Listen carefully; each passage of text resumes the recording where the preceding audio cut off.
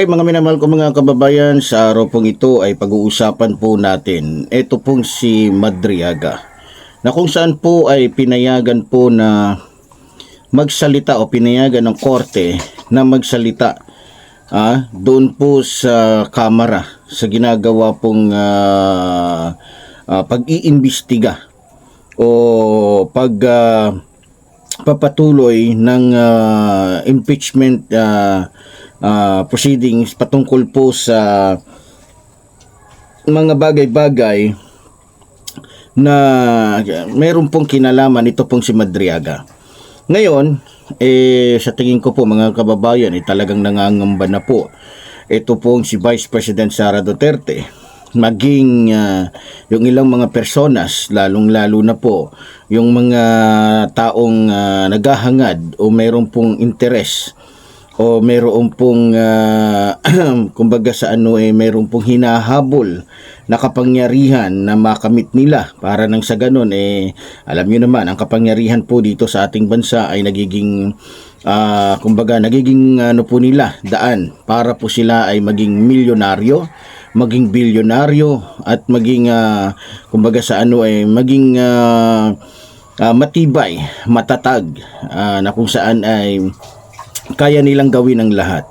Ngayon, dahil nga po sa pumayag na ang korte na itong si Madriaga ay dumalo sa sinasagawang pag-iimbestiga o sa nangyayaring usapin dyan po sa kamera, natitiyak ko po na talagang hahanap at hahanap din ng paraan ito pong ating mga kalaban na mapatahimik po ito pong si Madriaga. Ngayon, ang kailangan lang po sigurong gawin ng kamera, gumawa sila ng paraan para mas lalo pong maprotektahan ito pong si Madriaga, dahil nitong mga nakaraang buwan lang, napag-usapan naman po natin yan, na isa sa mga may interes na patayin si Madriaga ay yung ilang mga politikong nakakulong o sangkot sa napakalaking krimen na kung saan ay kaalyado po nito pong ni Vice President Sara Duterte. Ngayon, para po sa akin mga minamahal ko mga kababayan, kung iingatan po itong si Madriaga o ingatang mabuti ng mga taga-kamara, itiyak na marami po tayong malalaman, matutuklasan sa mga magiging pahayag po nitong ni Madriaga. Alam nyo, hindi na po natin pwedeng pagdudahan yung mga testimonya ni Madriaga sapagkat napakarami na pong ebidensya. Unang-una, sabi ni Sara Duterte, hindi daw niya kilala si Madriaga, pero binati niya ng happy birthday.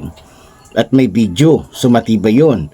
Sabi niya hindi niya kilala si Madriaga, pero si Madriaga ay may video din na nagli-lecture o namumuno o siya mismo ang nagsiseminar sa mga kasundaluhan na nakatoka dito po sa pagbabantay kay Vice President Sara Duterte.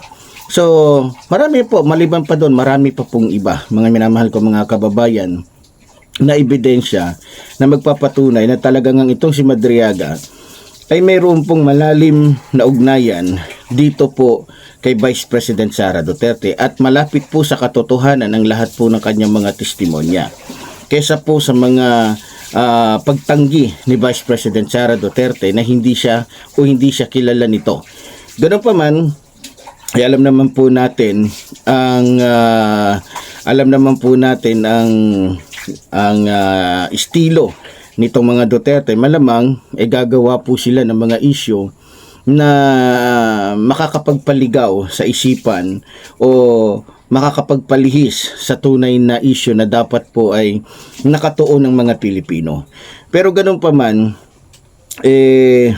tayo po ay siguro masasabi ko na 90% na talagang wala nang lusot, wala nang ligtas ito pong mga kasinungalingan ni Vice President Sara Duterte. At natitiyak ko na talagang kahit ano ang pagtanggi niya, kahit ano pa ang gawin niya, tiyak na lalabas at lalabas ang katotohanan, lalong-lalo na po tungkol po sa salin.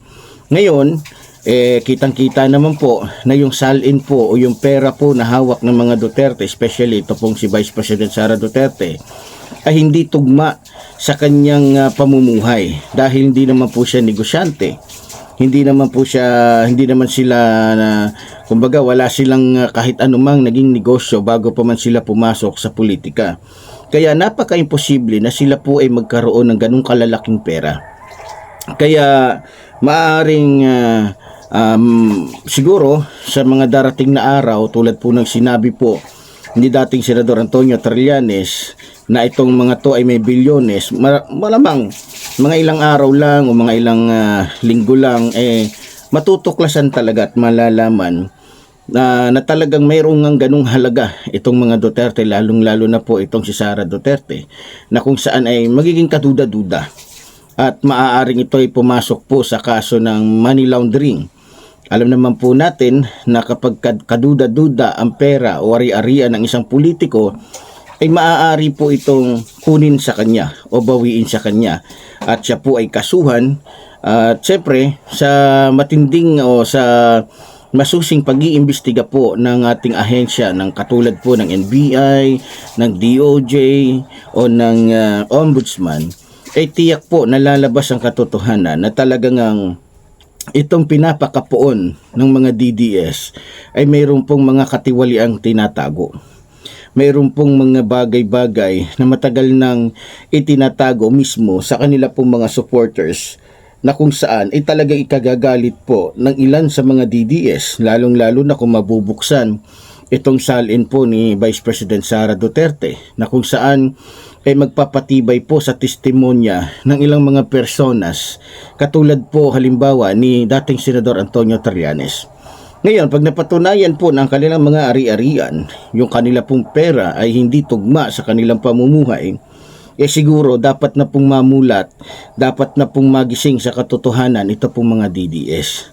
Siguro dapat na nilang tanggapin na sila ay biktima ng kadramahan o panlilin lang ng mga Duterte, kaya sila ay sumusuporta na kumbaga halos ipagpatayan na nila, pero hindi masama ang ipagpatayan mo o lumabang ka para sa isang tao, lalo na kung siya ay nasa tama. Pero pag nasa mali na, mukhang hindi na dapat. So dapat magising ang mga DDS na kitang-kita nyo naman. Unang-una, yung pinagtatanggol ninyo, yung poon ninyo, nagtatapang-tapangan lang. Ngayon na sinisiguro na mai-impeach siya, ang takbuhan niya yung Supreme Court. So dati niya nang ginawa yon, tinakbuhan niya yung tumakbo sila sa Supreme Court. So ang Supreme Court ngayon ay pag ginawa pa rin nila na ipatigil ang pag-iimbestiga tungkol sa mga katiwalian ni Vice President Sara Duterte, mukhang baka pati ang Supreme Court o yung Chief Justice dyan mukhang mai-impeach din dahil magiging kaduda-duda na 'di ba? Lalong-lalo na alam naman natin ang nagtalaga sa Chief Justice dyan sa Supreme Court ay walang iba kundi yung nakaraang administrasyon o dating presidente na si Rodrigo Roa Duterte. So sa tingin ko naman dahil nga sa pinagdududahan na yung kanilang kredibilidad, mukhang hindi na siguro sila sasang-ayon na maging takbuhan na lang lagi sila ni Vice President Sara Duterte para hindi makita yung salin. Ang tanong, dapat nga hindi na gawin ni Vice President Sara Duterte yan kung wala talaga siyang tinatago. Bakit siya tumatakbo sa Supreme Court para pigilan na makita yung salin niya kung talagang hindi totoo ang sinasabi ni dating Senador Antonio Trillanes? Bakit kailangan niya tumakbo sa Supreme Court kung sa tingin niya hindi naman talaga dapat dahil wala naman siyang ginagawang kasalanan? So doon pa lang magduda na po kayo. Lalong-lalo na po kayo mga DDS. Magduda na kayo sa mga galawan ni Vice President Sara Duterte. Kasi kitang-kita na po na talagang umiiwas siya, takot na takot siya. Kasi hindi yan ang galawan ng isang taong tapat at malinis. Yung galawan po ni Vice President Sara Duterte ay galawan po yan ng mga taong mayroon pong kasalanan o mayroong tinatagong katiwalian na ayaw niyang makita ng kanyang mga supporters kasi pag nakita ay talaga mababawasan talaga. Balita ko nga yung iba umaatras na dahil kitang-kita na yung katotohanan at nagigising na yung ilan sa mga DDS. Nakikita nila na talagang ang tumpak, tama at walang kulang ang sinasabi po, lalong-lalo na po ng inyong lingkod dito po sa ating programa. So ganun pa man, bumalik po tayo dito kay Madriaga.